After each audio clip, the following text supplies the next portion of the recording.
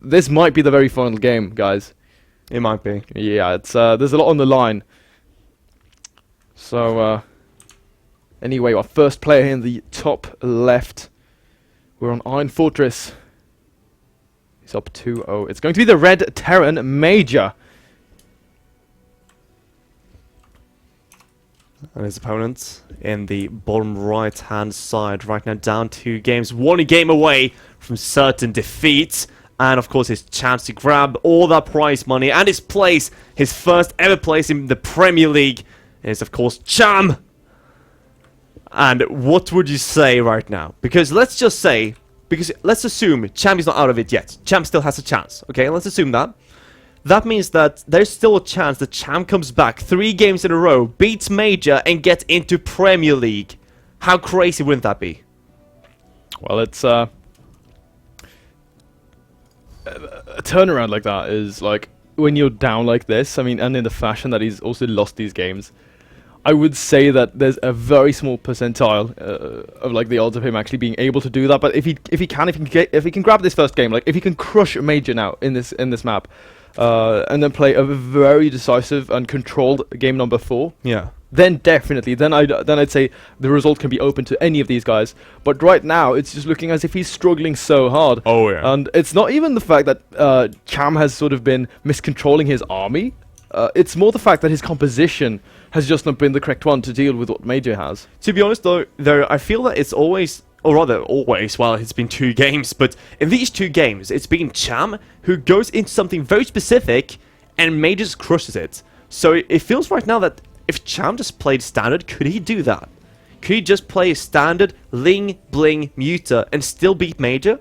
I'm right in questioning that, because why would you in that case go for super early or just super risky stuff and then second game go into Ling, Bling, Roach and cut out all the Mutas and just hope that Major doesn't, you know, have that great job control? I mean, that's a good question. Yeah. Well, well, if let's just say Cham has a chance to do this, let's just say it would be pretty insane to see this guy get into Premier League. If he can make the comeback. Yeah, like everyone would be everyone was like, who's Killer? Now everyone would be, who's Cham? But I mean, you know, he's already here.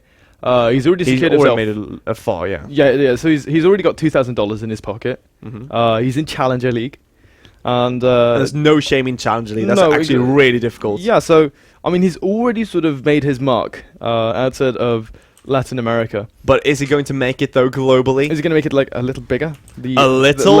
He's etching things on the WCS tree. The thing is, like, the difference between Premier and Challenger League is astronomical, because Challenger League is for every region. It's like the best players in the region, or like the ones who made the furthest at least.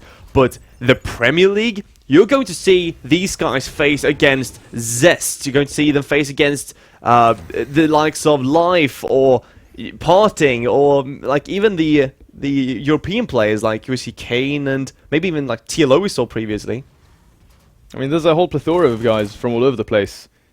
So I mean, there's going to be very interesting dynamics to how all of these different sort of ideas of how to play the game interact with each other, because the metagame, of course, is kind of constantly shifting. It has stagnated a little bit now as of recent, just because the game is really figured out. But it's very different between the regions. Yeah, exactly. That's what I was going to come to, right? So Korea is generally the first to come up with a general idea for what the metagame is going to be. But one thing, of course, to mention is the fact that Katz has had a very strong influence from him, of course, from Latin America. I mean, we've seen many of these Korean Zergs specifically shout out to him in Pro League and the GSL, because he's had some very interesting ideas of how to deal with certain things in the metagame. So he's definitely left his mark, you know. But nonetheless, because I digressed a little there, to touch upon the subject that you brought up, is the fact that the metagame is actually a little different from region to region. And nonetheless, I'm very excited to see, like, as we start closing things up, wrapping things up here in WCS, getting closer to the global finals, how will these different ideas of a metagame collide? Yeah. So It's going to be interesting, especially I feel China right now has a very special meta game, especially when it comes to like PvZ, but in all the matchups kind of.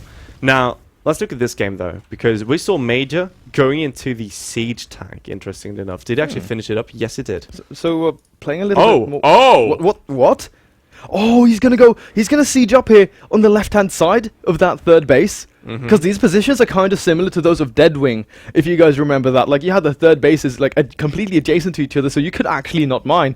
Look at this. He's even setting up a bunker. This is going to be a bit of a strong point, a little outpost. And, well, it's going to make it impossible here for Cham to actually mine for quite some time. Yeah, so you can't really reach the hatchery, but you can reach the workers mining. So you're going to shut down just about every mining. He might actually be able to, if he stands on the very edge, but I think that would put him in range of roach attacks as well. Yeah, absolutely would. Well, he's going to run in with Hellions as well. And, he is going to go past like this. Might get a few kills, and Major, he knows when to go in with these Hellions. I see a few roaches. Oh, the drones are actually starting to stack up a little bit here. First volley, initially good. Oh. 5 kills already. 2 Hellions remain. They still have a lot of damage potential on them. Cham, though, handling this fairly well. Only losing 5 drones. That could have been a lot worse.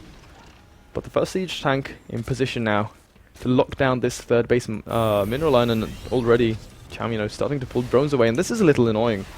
The fact that can't really be mining. You want to be getting that saturation up ASAP, but this siege tank is going to actually deny that. Yeah, let's see if he actually moves behind the minerals. It looks like he's going to try that. Now, Cham goes into a very quick infestation pit once again. This is just like before when he went into that pre-10 minutes infestation pit. Now, here comes the roaches. And you can't pick up siege tank who's sieged. So, we go to see if it actually does unsiege first. We need to see it unsiege. There we go. And maybe we'll save that at least. We'll lose his marines, but then again, here comes siege tank. Drop harass, why not? Keeping a single tank in that medevac. Yeah. Viking actually getting 2 overlord kills, so being a little annoying here. He's going to siege up here once again and start hitting those queens. Will be forced to pick up eventually because now the roaches are making their way down here. Yeah, just harassing a bit. Now Cham goes into something very similar like the previous, or rather the first game, and well, he's probably going to set up a 4th base fairly soon, but once again, there's not going to be any mutas whatsoever, and I feel that with Major starting to drop fairly soon, it's going to be just way too hard for Cham to hold out. We might have a repetition of game number 2. Yeah. Actually, game number 1. Game number 1, because he's doing fairly similar things here. Getting that really quick hive, and the melee upgrades. 1-1 already on the way. But yeah, the drops, that's going to be the big thing. I really don't like the fact that he's skipping out on that spire, because especially on a map of this size, there are so many angles, where we can see Major prepare by unloading the first 2 medics and then stimming up, instead of just getting right on top of things to speed up the damage that he can start dishing out. Yeah. Well, Major right now, he's starting to push across the map here with a pretty well set up army, as well as these first medevacs coming out. Now he sees the roaches trying to catch a few of them, and that's only 4 roaches fighting. A good catch right away from Major, who's stimming forward, and will catch another chunk of roaches. That's 8 roaches going down straight away, killing off the queen and a lot of creep tumors. This is a great start for Major. Might even find this 4th base. Oh, this is actually a really annoying timing as well to be attacked right now. Cham only having Zerglings, they're not going to be able to deal with 1-1 bio like this. They're all stacked up, so no really good surface area. The roaches are going to be making their way back in here. This bio is fairly weak, but I don't think he's going to have enough. These 2 marauders at the back doing so much damage with this 1-1 upgrade, and this 4th base is going to get taken out. At the same time, the 3rd base coming under fire right now. Is that a siege tank once again? It's the tank from the very start of the game, still locking down that area. And now, Major with this 3rd base up and operational, with that 2-2 on the way, he's just putting himself up in a really good position. And just because lack of mutas, we see Cham struggling in the exact same fashion. And here comes Major marching across the map. He's on a mission, and I don't know if Cham is going to have enough to stop it.